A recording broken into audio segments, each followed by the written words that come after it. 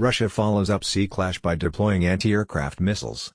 Russia's weekend maritime clash with Ukraine illustrated the vast military imbalance between the neighbors.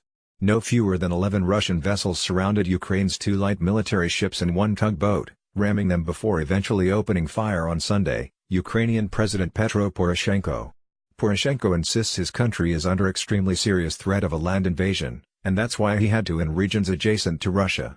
The gulf in military might was further driven home when Russia announced Wednesday it would deploy another of its S-400 surface-to-air missile systems to Crimea, the peninsula it annexed from Ukraine in 2014. The S-400 can track 300 targets simultaneously including aircraft, drones and other missiles mid-flight, and has a range of 250 miles. It will be the 4th S-400 in Crimea. According to Poroshenko, Russia also tripled the number of tanks at a base near the Ukrainian border from September to October. "We are now strengthening our defense on all the borders with Russia," Poroshenko told NBC News' Richard Engel on Tuesday. The U.S. currently has around 200 soldiers stationed as advisors in Ukraine. Ukraine says that Russia is attempting to take control of the Sea of Azov. The annexation of Crimea gave it control of the Azov's only entrance, the Kerch Strait, choking access to Ukraine's own ports.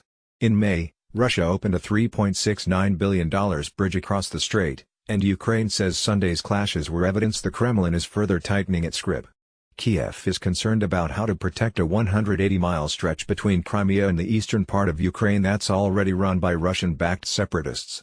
Most of Ukraine's navy was based in Crimea when it was annexed, meaning the military lost around 80% of its fleet to capture or defections. Russian President Vladimir Putin has offered to give the vessels back, although he described what is left as being a wreck. Since 2014, fighting in eastern Ukraine has claimed more than 10,000 lives. In 2015, the rebels briefly stormed the port city of Mariupol. Poroshenko says he believes they might try again. "I have a document of intelligence in my hands," he said Monday, explaining his decision to impose martial law. He said the files contained a detailed description of all the forces of the enemy located at a distance of literally several dozens of kilometers from our border, ready at any moment for an immediate invasion of Ukraine. Some experts are skeptical. "It is very unlikely that the rebels would attempt to mount a land assault and try to push the boundaries of the conflict further into Ukraine," says Emily Ferris, a research fellow at the Royal United Services Institute for Defense and Security Studies, a London think tank. Ferris points out that if anything, Moscow has been attempting to politically disengage from the conflict in the east of the country, with its domestic media focusing on the country's role in Syria.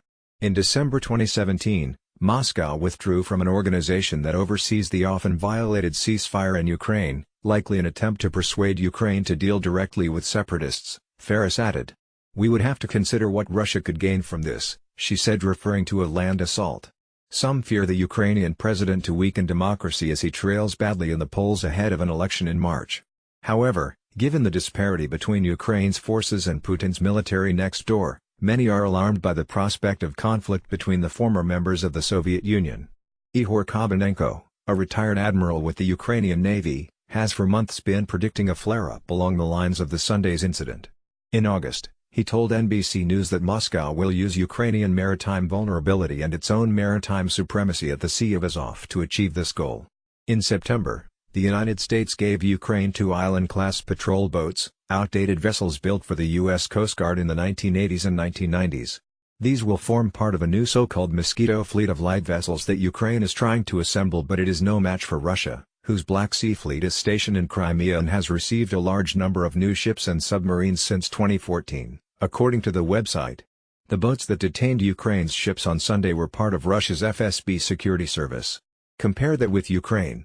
In October, aboard one of Ukraine's remaining vessels, a small, slow fishing boat with a gun bolted to the back.